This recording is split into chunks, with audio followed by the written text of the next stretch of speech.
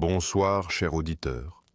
Bienvenue dans ce moment de calme et de sérénité, où les bruits du monde moderne s'estompent doucement pour laisser place à un voyage dans le temps. Ce soir, je vous invite à vous installer confortablement, peut-être sous une couverture chaude, alors que nous nous préparons à explorer ensemble les secrets d'un passé lointain. Cette histoire est conçue pour vous aider à vous détendre, à laisser votre esprit vagabonder dans les méandres de l'histoire, et peut-être même à vous accompagner doucement vers le sommeil. Laissez les tensions de votre journée se dissiper comme la brume matinale. J'aimerais savoir d'où vous nous écoutez ce soir et à quel moment de la journée. Êtes-vous blotti dans votre lit à Paris? Contemplez-vous les montagnes suisses? Ou peut-être regardez-vous le soleil se coucher sur Montréal? Partagez votre coin du monde dans les commentaires, car j'aime imaginer notre communauté rassemblée autour de ces récits historiques. Si ces voyages dans le temps vous apportent paix et curiosité, n'hésitez pas à vous abonner pour ne manquer aucune de nos futures explorations historiques. Chaque histoire est une nouvelle porte vers un monde oublié qui n'attend que d'être redécouvert. Maintenant, fermons les yeux et laissons-nous porter vers une époque où le froid n'était pas simplement une inconvenance, mais une menace mortelle. Abandonnons le confort de notre siècle pour nous glisser dans la rudesse d'un hiver médiéval. L'automne de l'an 1268 s'éteignait sur le village de Montferrand, niché au creux d'une vallée des terres françaises.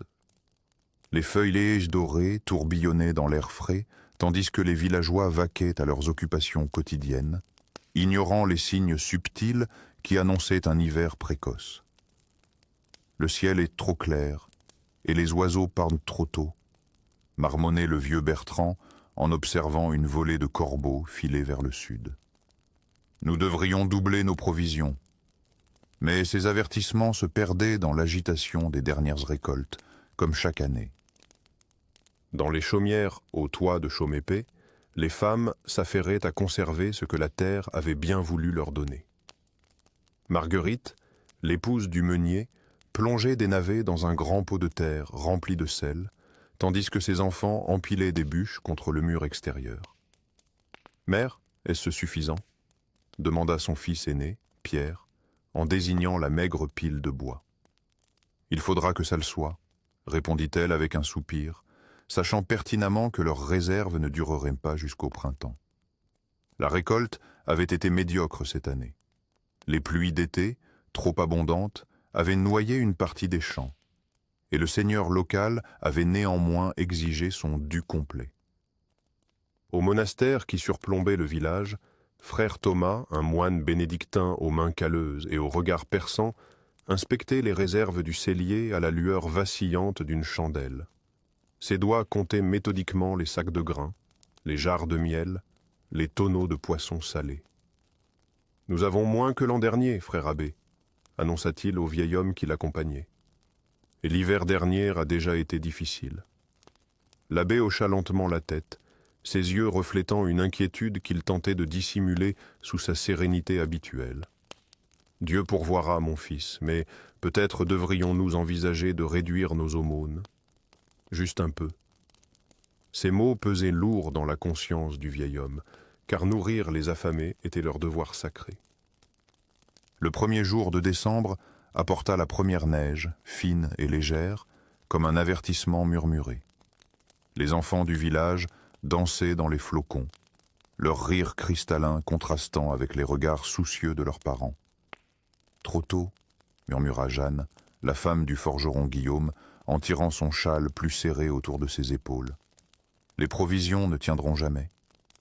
À ses côtés, son mari forgeait avec une intensité redoublée, sachant que bientôt, quand le froid engourdirait les doigts et que la glace couvrirait tout, son travail deviendrait presque impossible. Frère Thomas, chargé par l'abbé de surveiller les réserves, notait chaque jour dans son registre la diminution inquiétante des provisions. Les lignes d'encre noire traçaient une vérité implacable. La faim viendrait avant le dégel. Il observait le village depuis les fenêtres étroites du monastère, voyant les habitants s'activer comme des fourmis prévoyantes, mais avec trop peu, trop tard.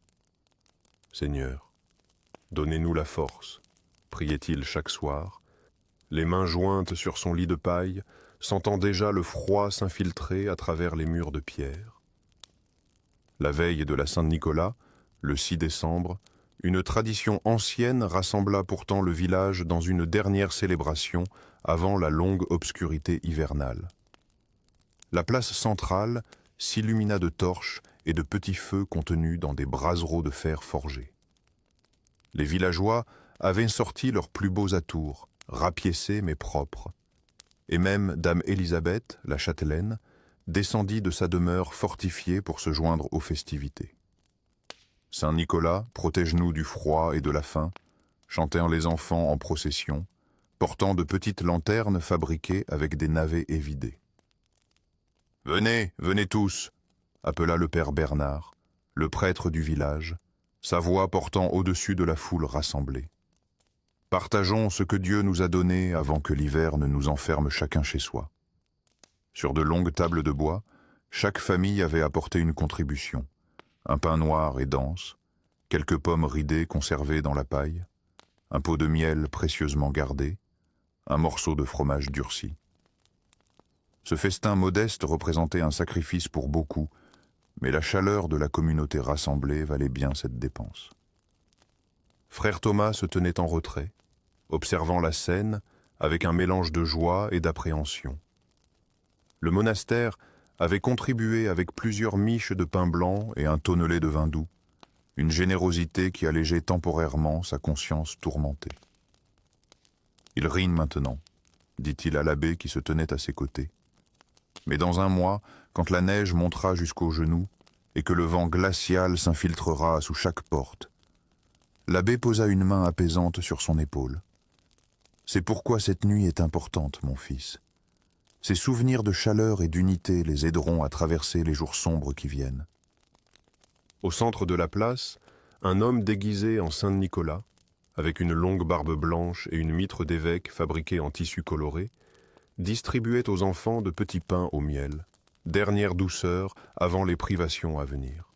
« Soyez sages et courageux, disait-il à chaque enfant qui s'approchait, car l'hiver est long mais le printemps revient toujours. » Les yeux des petits brillaient à la lueur des flammes, ignorant encore la dureté qui les attendait. La nuit avançait, et avec elle, le froid s'intensifiait. Les danses et les chants continuaient pourtant, comme si par leur énergie collective, les villageois pouvaient repousser l'inévitable.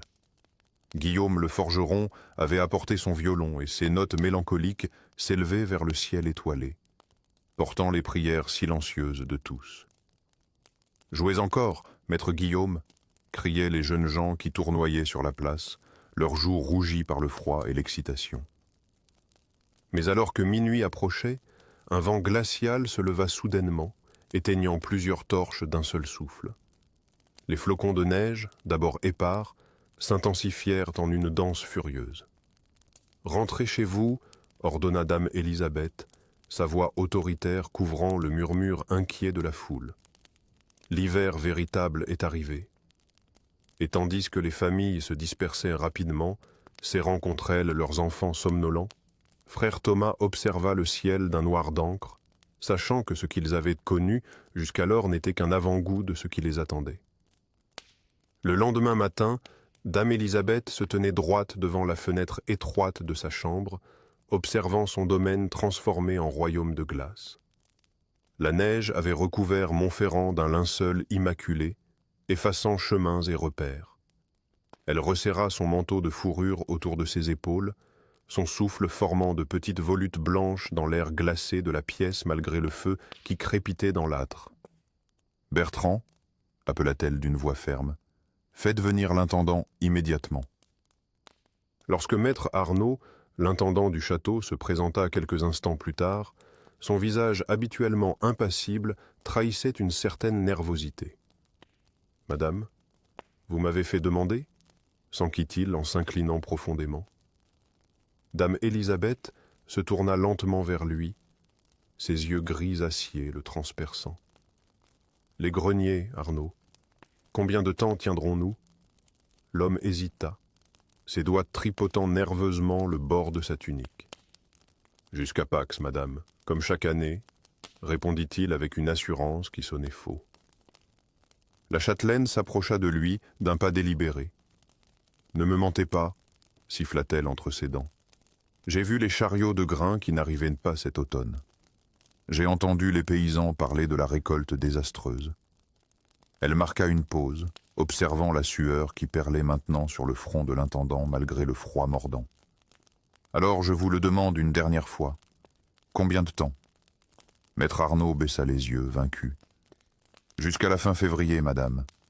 Et encore, si nous rationnons sévèrement. » Ce même matin, à l'autre bout du village, Guillaume le forgeron tentait désespérément de raviver les braises de son foyer. Ses mains, pourtant habituées à la chaleur infernale de sa forge, tremblaient de froid. À ses côtés, sa femme Jeanne berçait leur plus jeune enfant, Marie, âgée de 3 ans, qui toussait violemment. « Elle est brûlante de fièvre, » murmura Jeanne, l'inquiétude creusant son visage déjà émacié.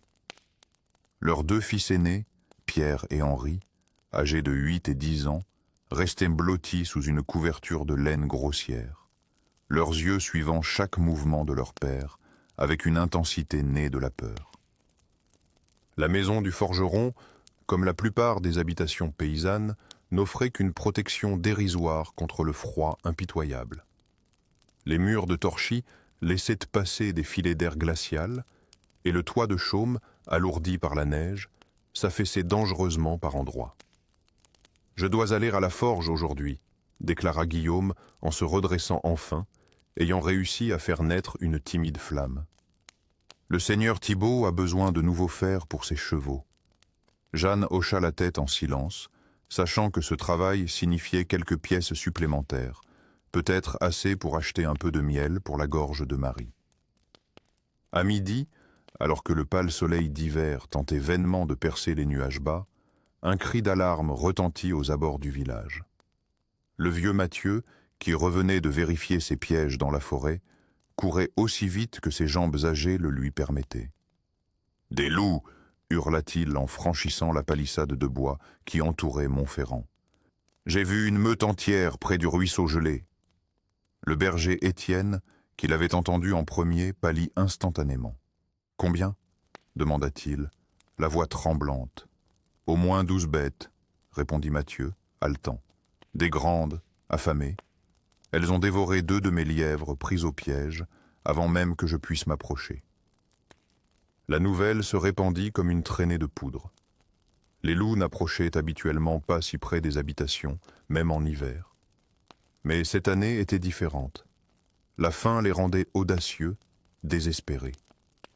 Au château, dame Élisabeth fut rapidement informée. « Doublez les gardes aux portes, » ordonna-t-elle à son capitaine, « et que personne ne s'aventure seul hors des murs après le coucher du soleil. » Elle savait que les bêtes affamées représentaient un danger mortel, surtout pour les enfants ou les voyageurs isolés. Cette nuit-là, alors que les familles se barricadaient dans leurs maisons, les hurlements lointains des loups résonnèrent dans la vallée, portés par le vent glacial. Dans la chaumière du forgeron, Guillaume avait utilisé les quelques pièces gagnées pour acheter non pas du miel, mais des planches de bois qu'il clouait maintenant frénétiquement contre les fissures les plus larges des murs. « Ils ne viendront pas jusqu'ici, n'est-ce pas, père ?» demanda Pierre, les yeux écarquillés par la peur. Guillaume ébouriffa les cheveux de son fils d'un geste qui se voulait rassurant. « Non, mon garçon, les murs du village les tiendront à distance. » Mais dans son cœur, le forgeron savait que ce n'étaient pas seulement les loups qu'il devait craindre. Le froid, la faim et la maladie étaient des prédateurs tout aussi impitoyables. Le soleil de janvier, pâle et distant, jetait une lumière froide sur le village de Montferrand, révélant un paysage figé dans la glace. Après une nuit de terreur où les hurlements des loups avaient tenté les rêves de chacun, dame Élisabeth convoqua son conseil dans la grande salle du château. Les visages tirés des nobles et des représentants du village reflétaient la même préoccupation. « Nous ne pouvons continuer ainsi, » déclara-t-elle en fixant maître Arnaud, dont le regard fuyant trahissait la honte. Mon château ne restera pas chaud et nourri pendant que mes gens meurent de faim et de froid.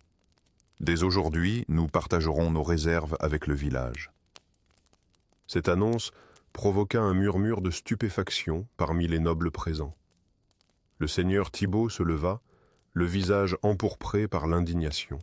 « Madame, c'est de la folie. Nos propres réserves suffiront à peine jusqu'à la fin février. » Dame Élisabeth leva une main autoritaire pour l'interrompre. « C'est précisément pourquoi nous devons agir maintenant, avant que la situation ne devienne désespérée pour tous. Je préfère que nous survivions tous ensemble plutôt que certains vivent dans l'abondance, pendant que d'autres périssent. » Le lendemain, sous la supervision de frère Thomas, des charrettes quittèrent le château chargées de sacs de grains, de légumes séchés et de viande fumée. Guillaume, qui travaillait à la forge du château ce jour-là, observa avec stupéfaction ce convoi inattendu. « Est-ce vrai ?» demanda-t-il au moine qui supervisait la distribution. « La châtelaine partage ses réserves ?» Frère Thomas acquiesça gravement. « Dame Élisabeth a compris que nous ne survivrons à cet hiver qu'ensemble, forgeron. Prends cette portion pour ta famille, et n'oublie pas d'en garder pour ta petite Marie. » Dans les jours qui suivirent, une nouvelle organisation s'établit dans le village. Les familles les plus nombreuses accueillaient les personnes seules pour économiser le bois de chauffage. Les hommes valides se relayaient pour monter la garde contre les loups. Dans la grande salle du château, transformée en réfectoire communal, un repas chaud était servi chaque midi à ceux qui pouvaient faire le trajet. Jamais je n'aurais cru voir le jour où je mangerais à la table seigneuriale, murmura Marguerite, la meunière à Jeanne, l'épouse de Guillaume, tout en savourant un bol de soupe épaisse. La petite Marie, cependant, ne se remettait pas. Sa fièvre persistait malgré les soins de sa mère et les prières de frère Thomas. Un matin, alors que Guillaume contemplait avec désespoir le visage brûlant de sa fille, on frappa à sa porte. C'était la vieille Mathilde, une femme que beaucoup dans le village considéraient avec un mélange de respect et de crainte pour sa connaissance des plantes et des remèdes anciens. « J'ai entendu parler de ta petite, forgeron, » dit-elle simplement, en entrant sans attendre d'invitation. Son dos voûté par l'âge, mais ses yeux vifs et perçants. Mathilde examina l'enfant avec des gestes précis et doux, murmurant des paroles que Guillaume ne comprenait pas. De son sac usé, elle sortit plusieurs sachets d'herbes séchées et une petite fiole contenant un liquide ambré. « Fais bouillir ces herbes dans de l'eau propre et donne-lui à boire 3 fois par jour, » ordonna-t-elle à Jeanne, « et frotte sa poitrine avec cette huile de sapin et de romarin. La fièvre hivernale est tenace, mais ta fille est forte. » Les remèdes de Mathilde se révélèrent efficaces. En quelques jours, la fièvre de Marie commença à baisser et ses joues reprirent des couleurs. La vieille femme devint rapidement une figure indispensable dans le village. Elle enseigna aux femmes comment préparer un onguent à base de graisse d'oie et de cire d'abeille pour protéger la peau du froid mordant et soigner les engelures qui affligeaient de nombreux villageois. Ces connaissances viennent de ma grand-mère, qui les tenait de sa grand-mère avant elle, expliquait-elle patiemment. Les hivers ont toujours été durs, mais nos ancêtres nous ont laissé les moyens de les traverser. Janvier céda la place à février, mois que les anciens appelaient le tueur, car c'était souvent à cette période que les plus faibles succombaient, quand les réserves s'épuisaient et que l'espoir faiblissait. Pourtant, grâce à l'entraide instaurée par Dame Élisabeth et aux connaissances de Mathilde, Montferrand tenait bon. Le jour de la Chandeleur arriva, le 2e jour de février, marquant traditionnellement le milieu de l'hiver. Selon une coutume ancienne, tous les habitants du village se rassemblèrent sur la place centrale au crépuscule, chacun portant une chandelle. Frère Thomas bénit les bougies, puis Dame Élisabeth, dans un geste symbolique d'unité, alluma sa chandelle à celle du moine avant de partager sa flamme avec le forgeron Guillaume.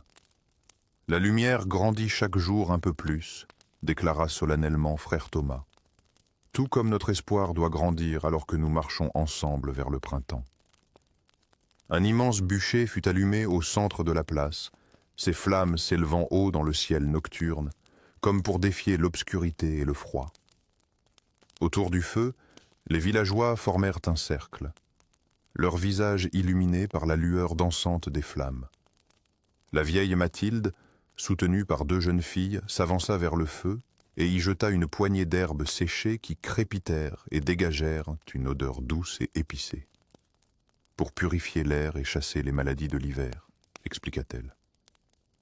Puis, contre toute attente, Dame Élisabeth elle-même commença à chanter une mélodie ancienne, un chant de renouveau que sa nourrice lui avait appris dans son enfance. Sa voix claire s'éleva dans l'air froid, bientôt rejointe par celle de frère Thomas, puis par d'autres, jusqu'à ce que tout le village chante à l'unisson. Guillaume, tenant sa fille Marie maintenant guérie dans ses bras, sentit une émotion étrange lui serrer la gorge. « Regarde, père !» s'exclama soudain Pierre en pointant du doigt vers le ciel. Au-dessus d'eux, les nuages s'étaient écartés, révélant un croissant de lune et quelques étoiles brillantes.